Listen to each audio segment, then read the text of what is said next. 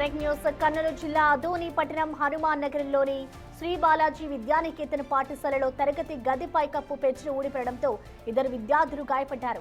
Teacher పాఠాలు చెబుతుండగా slab cement పెచ్చులు విద్యార్థులపై ఊడిపడ్డాయి. ఈ దుర్ఘటనలో కురువ చరణ్, అరవింద్ అనే ఇద్దరు విద్యార్థులకు గాయాలయ్యాయి.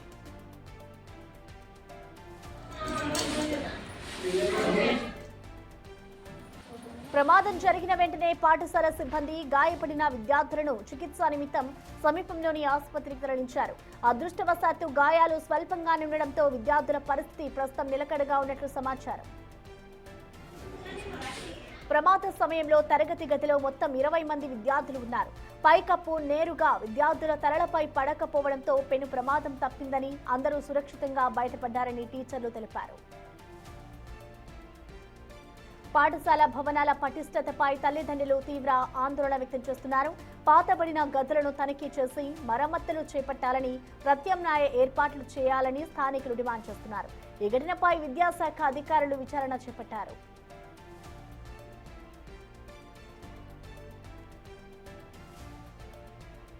శ్రీ విద్యానికేతన్లో టీచర్గా పనిచేస్తున్నాను.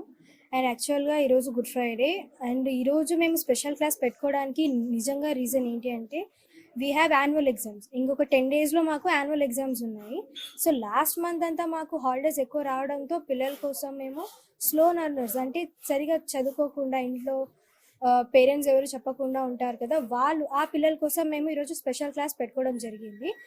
అండ్ సుమారుగా 11 o'clock ఆ టైంకి అనుకోకుండా 10 monkeys కరెక్ట్ మా క్లాస్ పైన ఉండడంతో ఎగురుతూ చాలా జంప్ చేస్తూ ఉండడంతో స్లాబ్ అనేది కొంచెం విరిగి కింద పడింది. అండ్ ఆ క్లాస్లో స్ట్రెంత్ వచ్చేసి 25 members ఉన్నారు. అండ్ మేము అక్కడ కూర్చోపెట్టలేదు, చాలా బోర్డు దగ్గరికే కూర్చోపెట్టాము. అదే టయానికి మేము వద్దని చెప్పినా కూడా పిల్లలు లేచి మేడం అర్జెంట్ వాష్రూమ్ అని చెప్పారు. అండ్ మేము వద్దు అని వాదిస్తూ ఉన్న టైంకి కోతులు అలా చేయడంతో స్లాబ్ కింద పడింది అనుకోకుండా. అందుకే ఇద్దరికి మాత్రం చాలా కొంచెం గాయాలు అయ్యాయి. అండ్ తొందరగా మేము హాస్పిటల్కి తీసుకొని వెళ్ళడం కూడా జరిగింది.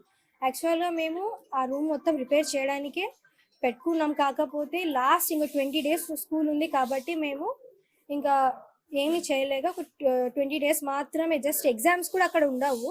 ఈరోజు హాలిడే కదా, ఫంక్షన్ హాల్లో వాళ్ళ క్లాస్ ఉంటుంది. కాకపోతే ఈరోజు ఫంక్షన్ హాల్లో ఫంక్షన్ ఉందని చెప్పేసి పిల్లల్ని స్పెషల్ క్లాసే కాబట్టి అక్కడ కూర్చోబెట్టడం జరిగింది. నార్మల్ క్లాసెస్గా ఎప్పుడు అక్కడ కూర్చోరు, ఇక్కడ ఫంక్షన్ హాల్ లోపల ఇంకొక క్లాస్ ఉంది, అక్కడ కూర్చుంటారు. ఈ ఘటనకు సంబంధించిన లేటెస్ట్ అప్డేట్స్ ని మా ప్రతినిధి శ్రీరామ్ అందిస్తారు. శ్రీరామ్ అని చూస్తున్నాం, ఇటు స్కూల్ పైపెచ్చు ఊడి విద్యార్థులపై పడింది కాబట్టి ప్రజెంట్ ఈ ఘటనలో గాయపడిన విద్యార్థుల సిచ్యువేషన్ ఎలా ఉంది, అసలు ఘటన జరుగుతున్న టైంలో ఎంతమంది విద్యార్థులు ఉన్నారనుకోవచ్చు శ్రీరామ్?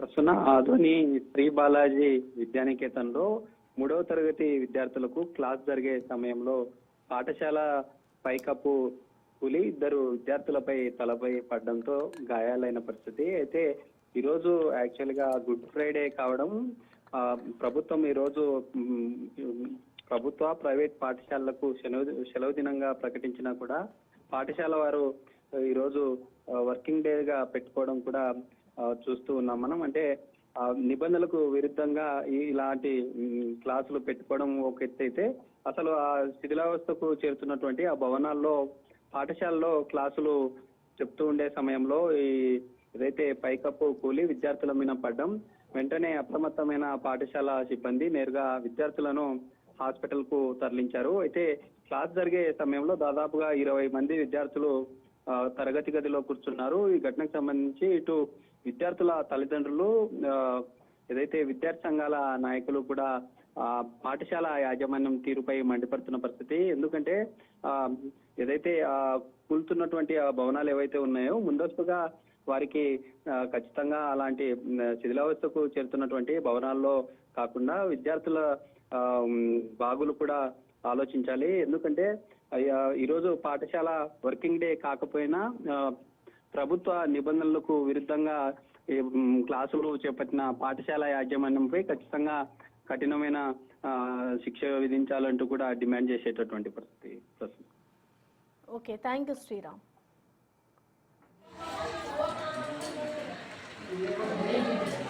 నాకు ఉందన్న